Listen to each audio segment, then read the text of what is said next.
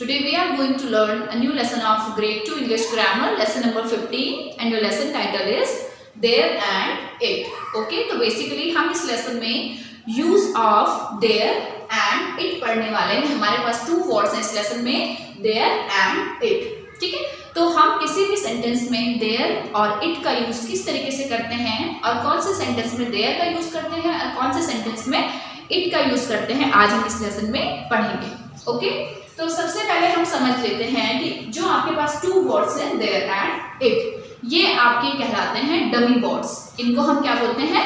Dummy words. Dummy का मतलब होता है नकली. कोई भी चीज जो कि रियल नहीं है उसको बोलते हैं डमी. ओके, तो डमी एक्चुअली पुतले को भी बोलते हैं. जैसे आपने मार्केट में देखा होगा, आप शॉपिंग करने जाते हैं तो डमी होते हैं, उनमें क्लोथ्स वगैरह लगाए हुए रहते हैं, उनको कपड़े पहनाए हुए रहते हैं, तो डमी. ठीक है, वो ह्यूमन के डमी होते हैं, मतलब ह्यूमन नहीं होते, इंसान नहीं होते हैं, लेकिन इंसान की तरह नकली इंसान होते हैं. ओके, तो वैसे ही डमी का मतलब है नकली. तो ये जो हमारे देयर एंड इट जो टू वर्ड्स हैं, ये हमारे डमी प्रोनाउन है, एक्चुअली नकली प्रोनाउन है, जिनको हम सेंटेंस में यूज करते हैं. ओके, अब हम देखते हैं कि हमें किसी भी सेंटेंस में देयर और इट का जो नकली हम इनको यूज करते हैं, हमें इनको यूज करने की जरूरत क्यों पड़ती है और किस सेंटेंस में हम इनको यूज करते हैं. ओके, तो सबसे पहले हम ये चीज ध्यान रखेंगे कि हम देयर और इट जो हमारे पास टू डमी वर्ड्स हैं, इनका यूज हम उस सेंटेंस में करते हैं जिस सेंटेंस में हमारे पास कोई भी सब्जेक्ट नहीं है. ठीक है, कोई भी सब्जेक्ट नहीं है. सबसे पहले हम एक सेंटेंस देखते हैं. जैसे हमारे पास है, मैं हिंदी में लिख रही हूँ, दो लड़के हैं. ओके, दो लड़के हैं. हमारे पास एक छोटी सी इंफॉर्मेशन है, दो लड़के हैं. ठीक है, तो दो लड़के हैं. हमारे पास इस जो हमारे पास सेंटेंस है, इसमें हमारे पास कोई भी सब्जेक्ट नहीं है. अच्छा, सबसे पहले हम समझेंगे कि सब्जेक्ट होता क्या है. सब्जेक्ट कि कोई वो पर्सन या कोई वो थिंग होती है जिससे हमें ये पता लगता है कि उनके द्वारा कोई वर्क, ठीक है, मतलब कोई वर्क किया जा रहा है, ठीक है, या कोई एक्शन किया जा रहा है. ठीक है, तो यहाँ पे आप पढ़ रहे हैं दो लड़के हैं. तो इस सेंटेंस में आप देख रहे हैं कि दो लड़के हैं, लेकिन वो लड़के कोई काम नहीं कर रहे हैं, उनके द्वारा कोई भी एक्शन परफॉर्म नहीं किया जा रहा है, उनके द्वारा कोई भी काम नहीं किया जा रहा है. तो इट मीन्स इस वाले सेंटेंस में आपका कोई भी सब्जेक्ट नहीं है. तो हमने पढ़ा है कि जिस सेंटेंस में कोई भी सब्जेक्ट नहीं होता है, सब्जेक्ट जिसमें नहीं होता है जिस सेंटेंस में, उस सेंटेंस में हम एज अ डमी प्रोनाउन किसका यूज करते हैं? देयर और इट का यूज करते हैं. ठीक है, देयर और इट का यूज हम करते हैं. तो अब हम आगे देखेंगे. और ये जो हमारे देयर एंड इट है, इनका यूज जब हम करते हैं तो इनको हम बोलते हैं, ये किसी सेंटेंस के स्टार्टर होते हैं. ये किसी सेंटेंस के एज ए स्टार्टर के रूप में ये वर्क करते हैं. मतलब किसी सेंटेंस को स्टार्ट करने के लिए हमें देयर एंड इट की जरूरत पड़ती है जिस सेंटेंस में हमारा सब्जेक्ट नहीं होता है. ओके, तो देयर एंड इट का यूज हम कहाँ पर करते हैं? जहां पर हमारा सब्जेक्ट नहीं होता है. As a sentence, as a starter हम इन्हें यूज करते हैं. और दूसरा, इनके लिए जो एक वर्ड यूज होता है देयर एंड इट के लिए, वो हमारा होता है इंट्रोडक्टरी वर्ड्स. इनको आप इंट्रोडक्टरी वर्ड्स भी बोल सकते हैं. देखो, इंट्रोडक्टरी मीन्स इंट्रोडक्शन. ठीक है, तो हम इंट्रोडक्शन का मतलब होता है किसी चीज को स्टार्ट करना. इंट्रोडक्शन का मतलब होता है अपने बारे में बताना, किसी के बारे में बताना. ठीक है, किसी का इंट्रोडक्शन देना. ठीक है, तो ये जो देयर और इट है, ये इनको हम जब हम किसी सेंटेंस के बिफोर इनको पुट करते हैं तो क्या होता है? इसका मतलब वो उस सेंटेंस के बारे में कुछ इंट्रोडक्शन दे रहे हैं, तो इसलिए हम इनको क्या बोलते हैं? इंट्रोडक्टरी वर्ड्स भी बोलते हैं. ओके, अब हम आते हैं कि जो हमारे दो इंट्रोडक्टरी वर्ड्स हैं आपके, ठीक है, जिनको डमी वर्ड्स भी बोलते हैं, डमी प्रोनाउन बोलते हैं, देयर एंड इट. अब इन दोनों का यूज जब हम सेंटेंस में करते हैं तो हम कौन से सेंटेंस में हम देयर का यूज करेंगे और कौन से सेंटेंस में हम इट का यूज करेंगे, हम इसको फाइंड आउट करते हैं. ओके, अब हम देखते हैं there, THERE, there and it. सबसे पहले हम देखते हैं कि हम इट जो हमारा डमी प्रोनाउन, हम इसका यूज कहाँ पर करते हैं. इट का यूज आपने ध्यान रखना है कि इट का यूज आप करेंगे जहां पर आपका, जिस सेंटेंस में आपको किसी डे के बारे में बताया गया है, ठीक है, आपको डेट के बारे में बताया गया है. ओके, डे, डेट, मंथ, किसी महीने के बारे में बताया गया है, वेदर के बारे में बताया गया है, ओके, वेदर होता है मौसम, ठीक है, मौसम के बारे में बताया गया है। और जो अदर नेचुरल फिनोमेना होते हैं, जब जो हमारी प्राकृतिक घटनाएं होती हैं, ठीक है, जैसे बाढ़ हो गई, बारिश वगैरह, ये सारी चीजें हमारी नेचुरल फिनोमेना में आती हैं। जिस सेंटेंस में आपको date, month, weather and natural phenomena के बारे में बताया गया है, उस सेंटेंस को उस वाले सेंटेंस को हम किससे बिगिन करते हैं, कौन से इंट्रोडक्टरी वर्ड से बिगिन करते हैं, इट से बिगिन करते हैं, ओके। और उसके अलावा जो भी हमारा सेंटेंस होता है उसको हम देयर से बिगिन कर सकते हैं, ओके। ये चीज आपने ध्यान रखनी है कि जिस भी सेंटेंस में आपका date, month, weather, natural phenomena के बारे में बताया गया होगा, उस सेंटेंस को आपने किससे यूज करना है, किससे स्टार्ट करना है, इट से स्टार्ट करना है। और उसके अलावा जो भी आपके बाकी सेंटेंसेस होते हैं वो आपने देयर से स्टार्ट करना है। और एक और चीज आप देयर की पहचान आप कर सकते हो कि देयर जब आप किसी सेंटेंस के बिगिन में लगाते हो, जिस सेंटेंस के बिगिन में लगाओगे, इसका मतलब है कि देयर हमें क्या बताता है, देयर हमें किसी चीज की एग्जिस्टेंस बताता है, ओके, हमें किसी चीज का अस्तित्व बताता है कि उस सेंटेंस में किसी चीज का अस्तित्व है, कोई चीज है जो एग्जिस्ट करती है, ओके। अब हम देखते हैं हमारे पास एक सेंटेंस है, दो लड़के हैं। अब हम देखेंगे कि दो लड़के हैं, अगर आप सिंपली इसको इंग्लिश में ट्रांसलेट करो, दो को क्या लिखेंगे, टू लड़के, बॉयज हैं, are, okay, two boys are, two boys are what, पता नहीं लग रहा ना, इनकम्प्लीट है ना सेंटेंस। तो आप इसको किस तरीके से कंप्लीट करेंगे, जबकि सिर्फ इसको अगर हम इंग्लिश में ट्रांसलेट करें तो इसका मतलब यही निकलता है टू बॉयज आर, लेकिन ये रॉन्ग है क्योंकि इनकम्प्लीट है, क्योंकि इसमें आपका किस चीज की कमी है, सब्जेक्ट की कमी है। इसमें कोई सब्जेक्ट नहीं है, कोई ऐसा पर्सन या कोई ऐसे थिंग नहीं है जो किसी एक्टिविटी को परफॉर्म कर रहे हैं, ओके। आपका सब्जेक्ट जो है वो मिसिंग है। तो हमने पढ़ा है कि जिस सेंटेंस में सब्जेक्ट मिसिंग होता है वहां पर हम as a dummy pronoun there या इट का यूज करते हैं। अब आपने पढ़ा है कि टू बॉयज, दो लड़के हैं, इसमें आपको ना तो कभी डे के बारे में बताया है, ना आपको कहीं डेट के बारे में बताया है, ना आपको किसी मंथ के बारे में बताया गया है, ना किसी वेदर के बारे में, ना ही कोई नेचुरल फिनोमेना के बारे में, सिंपली है कि दो लड़के हैं, okay.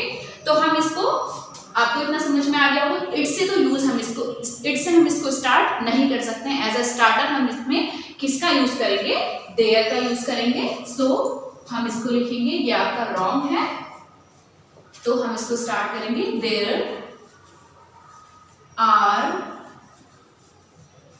Two boys, there are two boys, okay, कि दो लड़के हैं। तो यहाँ पे देयर का यूज हमने कैसे किया है, एज एन इंट्रोडक्टरी वर्ड। हम तब एज एन इंट्रोडक्टरी वर्ड हमने देयर का यूज किया है, या as a dummy word, okay, मतलब नकली, इसका कोई मीनिंग नहीं है, हमने सिंपली इसको सेंटेंस को कंप्लीट करने के लिए लगाया है, सेंटेंस को एक पहचान देने के लिए, एक कंप्लीट सेंटेंस बनाने के लिए हमने इसको देयर को यूज किया, ओके। अब हम इसमें एक चीज पढ़ेंगे कि जो हमारा देयर होता है, देयर में जब हम वर्ब का यूज करते हैं, okay, is, am, are, okay, verb, जब हम वर्ब का यूज करते हैं देयर में, तो हम वर्ब किस तरीके से लेते हैं, देयर जब अपने साथ वर्ब लेता है तो वो नाउन को देखकर लेता है, ओके। देयर जब अपने साथ क्या लेता है, वर्ब लेता है, तो वो नाउन को देख के लेता है और नाउन के हिसाब से लेता है। अगर देयर के साथ जो सेंटेंस आपका देयर से स्टार्ट हो रहा है, उस सेंटेंस में अगर आपके सिंगुलर नाउन है, ओके, तो जो आपकी वर्ब होगी वो भी आपकी सिंगुलर ही आएगी, इज, ओके, वॉज। और अगर आपका नाउन, आपका प्लूरल नाउन होगा सेंटेंस में देयर के साथ, तो आप किसका यूज करेंगे, उसमें आप उसमें प्लूरल वर्ब का यूज करेंगे, उसमें वॉज, उसमें आर आ जाएगा, वर्ब का यूज हो जाएगा, ठीक है। आगे हम एक सेंटेंस और देखते हैं, जैसे बगीचे में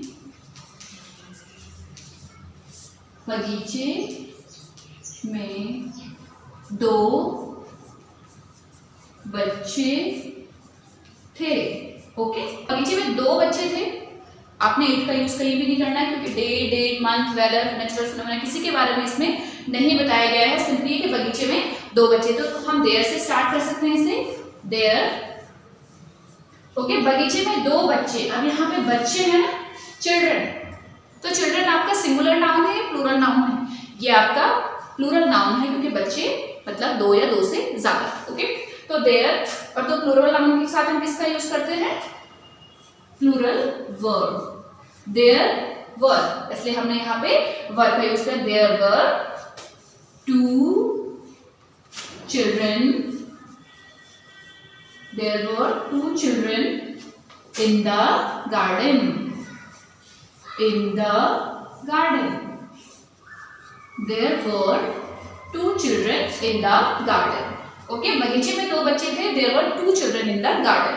और जो it होता है दूसरा हम देखेंगे it, हमने पढ़ लिया है कि जो हमारा there डमी प्रोनाउन है वो आप अपने साथ वर्ब किस तरीके से लेता है, नाउन के बेसिस पे लेता है कि सिंगुलर नाउन होगा तो सिंगुलर वर्ब का यूज करेगा और प्लूरल नाउन होगा तो प्लूरल वर्ब का यूज करेगा। लेकिन इट के साथ ऐसा नहीं है, इट जो हमारा डमी वर्ड है ये अपने साथ हमेशा सिंगुलर वर्ब ही लेता है, ओके, सिंगुलर वर्ब ही लेता है, जैसे इज, एम, ओके, वॉज। तो अब हम आगे एक एक्सरसाइज देखेंगे, उससे आपको और भी चीजें क्लियर होंगी। सो हमारा फर्स्ट क्वेश्चन है, begin each sentence with there is or there are। हमारे पास कुछ given sentences है, हमने उनको there is से यूज करना स्टार्ट करना है या there are से स्टार्ट करना है।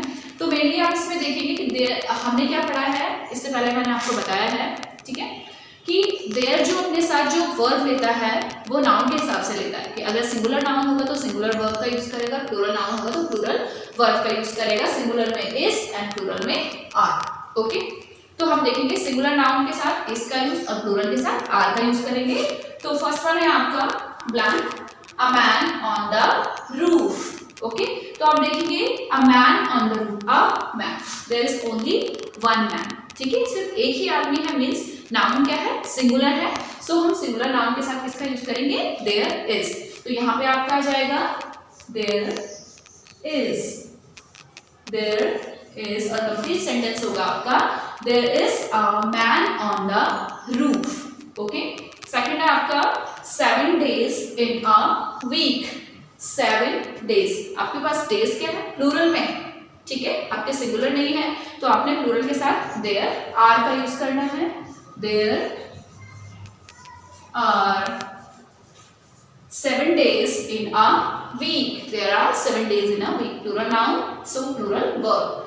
Number 3, no sugar in the pot, sugar singular, okay, sugar आपका सिंगुलर नाउन है तो आप यहाँ पे किसका यूज करेंगे, देयर इज, देयर के साथ is, there is no sugar in the pot. Next है आपका number 4, a book on the table, a book, book क्या है, singular, only one book, so हम यूज कर रहे हैं देयर इज, देयर के साथ is, there is singular noun तो singular verb, there is a book on the table. Next है आपका 11 players in our team, okay, 11 players, player अगर प्लेयर हो तो सिंगुलर नाउन और प्लेयर्स हैं तो प्लूरल नाउन, तो प्लूरल नाउन के साथ आर, देयर के साथ आर का यूज, देयर